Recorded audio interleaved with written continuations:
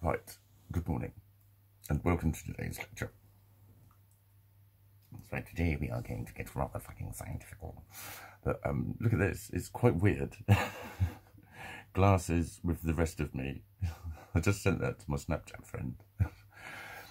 I don't know if it works or not. I quite like it. It's just with this particular headband. With this particular headband. And with this particular t-shirt. Not sure if it works with this particular look.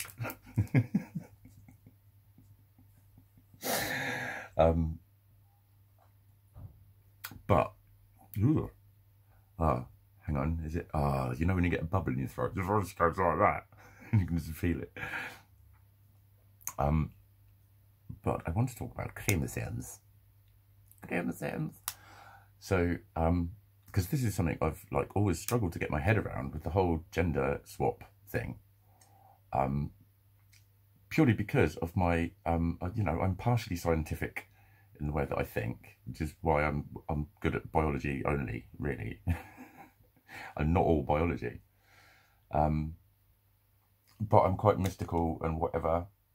And that's all sort of linked to the whole kind of gender thing, obviously with the genetics and the chromosomes. So, you know, there's this commonly held belief that you get boy sperm and girl sperm. And that's not true. It's pitched that way. But let me explain. So all of them, the X and the Y and the 46 that make up the human genetic codings, made of codons, you fucking imbecile. Could be anything else. It could be a duck or an orange. Just depends which ones they are. So the egg, the oocyte, is an X. It's 46X. That's where most of it is. That's why it's big. And then sperm are either X or Y. They've got the missing link. So, from conception, once one sperm goes in, the door closes, nothing else can get in. So then you have either 46XX and it becomes a girlie, or you have a 46XY and it becomes a man. So from conception, it's biologically going to be a human male or a human female.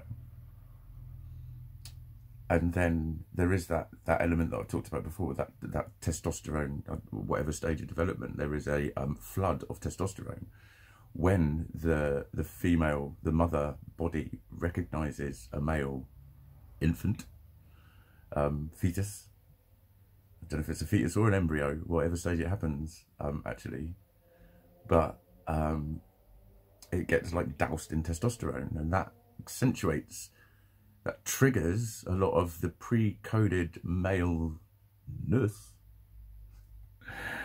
And don't forget, women's bodies use testosterone as well. They need it. They have to have it. Without testosterone, there's no other hormones. No human body will function. It's the one that makes all the others. I used to say you can tell when a piece of biology has been written by a woman or a man because they talk about the woman's body destroying the toxic testosterone. And a man will say it converts it. Because that's what it does. It converts it to different hormones because that's the way that it makes those other hormones. Honestly, I've read shit like that. It's not killing it. It's not destroying it. Somebody says stop being so anti-testosterone. That is my point. I've had that loudly said to me. There's too much testosterone in here. Fucking sexist much. I've had that said on more than fucking 20 occasions. Seriously, it fucking annoys me. Too much testosterone in here. Okay, should we take all the testosterone out of your body and see how you fucking get on then, missus? Anyway, there is a lot of other sexism about that never gets talked about, and it makes me angry. Because I'm a woman. I know. That don't make sense to me either. But that's the bit I've always struggled with when people, when people say, oh, when you see footage of him when he was a kid, you can tell he's a girl. He's such a girl. And you think, no, he has characteristics that we have said are girly, only, exclusively. They must only be female. Because that's how we interpret women. It's all of the little, all of that shit. That when people parody female affect, female mannerisms and that sort of shit. And when a man does it, it becomes camp. Don't be horrible. If a man sort of goes, at the end of one of his words, it's female-y. And everyone takes the piss out of him. Because when his inner woman blossoms through his speech that mine has done all my life, you end up with the whole fucking room tittering at you because you just sounded really camp. And therefore, we can all laugh at you. It's another reason to all fucking laugh at how much of a twat you are. And it's just, you know, again, isolated instance, not a problem. Drip, drip, drip over years and years and years, and it becomes I want to fucking axe murder everybody with a gun. I like my hair like this because I've got pee on my face. I'm a sick puppy at the moment. But anyway, that's why I always had a problem with, you know, that because, you know, I am definitely biologically a man. I was just thinking, I was singing, I sung the other day and I put some on Mike's late. And my natural voice is really deep. And that is the secondary sexual male characteristics, as it's known in biology, as the deep voice. I can sing very low if I want to.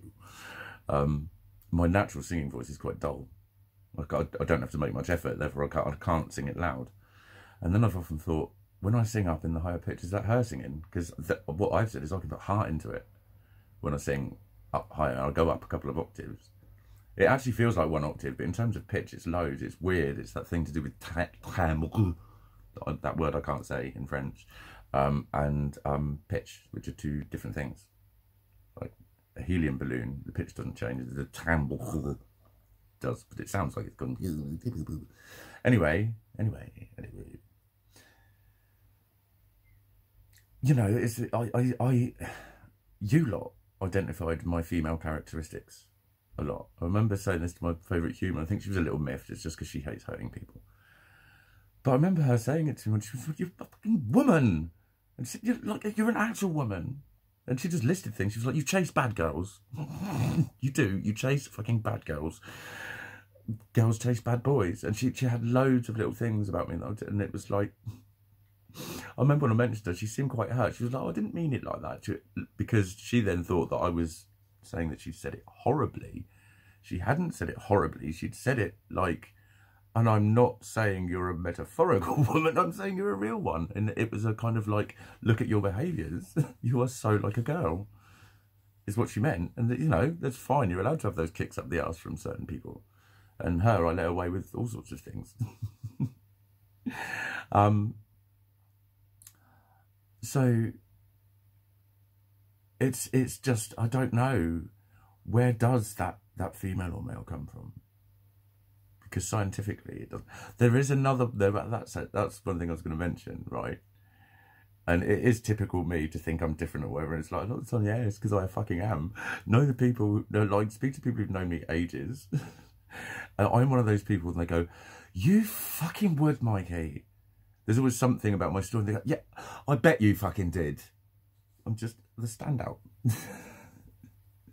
But there is a genetic mismatching, which I think only occurs in a male body, where what happens, I think it is a malformed sperm which has both an X and a Y in it.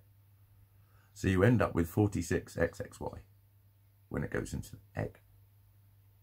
And it presents as a man that is very female. And it's one of those that's like, it's something in, like, the reason I say it is because it's something like 1 in 100,000, or no, bigger than that. They always give it as one, they times it by 10, I think each says 1 in 100, 1 in 1,000, 1 in 10,000, 1 in 100,000, 1 in a million, like that. It might be one, you know, literally be 1 in a million. But that would be fucking interesting. It would fucking explain a lot. It would fucking explain a lot. But the other thing I wanted to cover was that thing, I think I've covered it before, but that whole innocence that people have about it, or that unimportance. Like, so you wear makeup, so you identify as a little bit female or whatever. Go and buy a fanny. I would. Fuck would. Just so I could finger myself a little bit. Thing is, I've heard so many girls say, "I'd love to have a willy." And they could just say it like that, and they put one on, and oh, yeah, the cock, and everyone's laughing. If a man says it, it's like seen as a degrading thing, and everyone's laughing at him. And there's such a difference. And you're always told that you're supposed to be able to just let that wash over you. That's the bit that you're told, just ignore them. It's a fucking vile energy, and when you've been exposed to it over and over and over and over and over, it has built-in defense mechanisms to it that you cannot fucking control anymore. That is why you feel helpless when everyone tells you to not worry about it.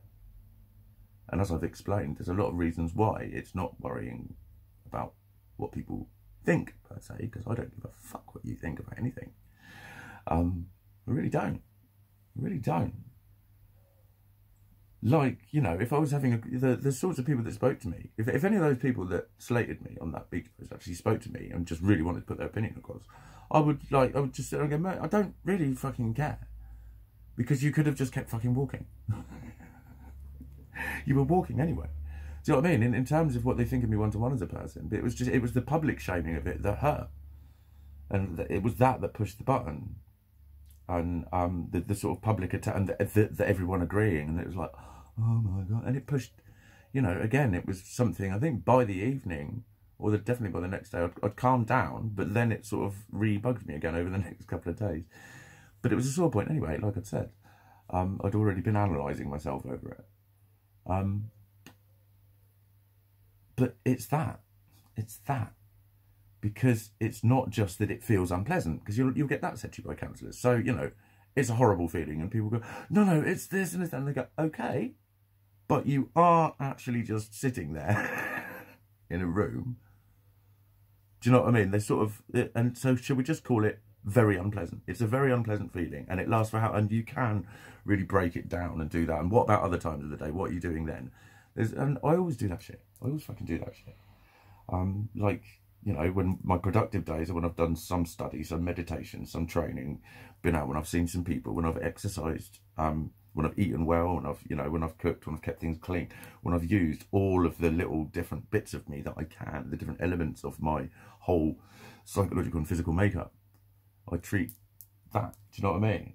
But what they don't really talk about is what I talk about. Is like in the when it happens, it's the aftermath of that I have a lot of issues with, and that's the bit that's really hard to stop, because, you know, the physical spike of the emotional, oh my God, they're going to kill me, oh my God, they fucking hate me, oh my God, I'm a useless cunt, oh my God, they fucking think I'm disgusting, or whatever, those things that you have to battle and push back down that keep coming back up, no matter how much you tell yourself you love yourself every day. It still keeps fucking happening, and it's really fucking frustrating.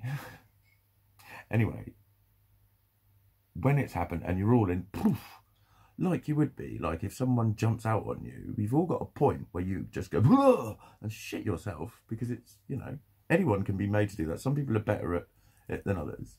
Some people are more jumpy than others. But the thing has happened. The sequence of events has then been put in place. And I think it's just, you know, because my limbic system is in disarray, when it has a big fucking explosion, it keeps it in further disarray for some time longer afterwards. And again, it's something extremely simple. But because it's behaviours, because it's presenting socially, we all think we can just talk about it with no attachment to what's actually going on for the person going through it, and why they did what they did, and what, you know, why feeling that bad then affects them furthermore. Because that's the bit I deal with after everyone's all calmed down and said, oh, don't worry, you know what he's like, da-da-da-da-da. I go home and I'm like, and it's like the next 3 or 4 days, if I've had a real serious argument with someone, I can obsess over it for fucking days, till I'm screaming at myself to shut up. And people saying, the one thing you've got control over in your life is your thoughts. Can you imagine reading that? Being slave to a mind that just won't stop no matter what you throw at it. Everything that you do now, when you calm yourself down, suddenly doesn't work anymore. And then you read that pompous fucking ass shit. You think, why would I want to connect with a world that does that to me? That's why this is hard. That's why this is fucking hard. And it's time to, and after all of that, let's do a 14-4 actually, angels all around you. It is time to end. I think I'm going to do some stuff today. I hope I'm seeing my favourite human. She did say, can we try again tomorrow? Because she's a mum of 2 children, like a preteen and a little toddler, so that's just normal. So, of course, but I would love to see her. Goodbye.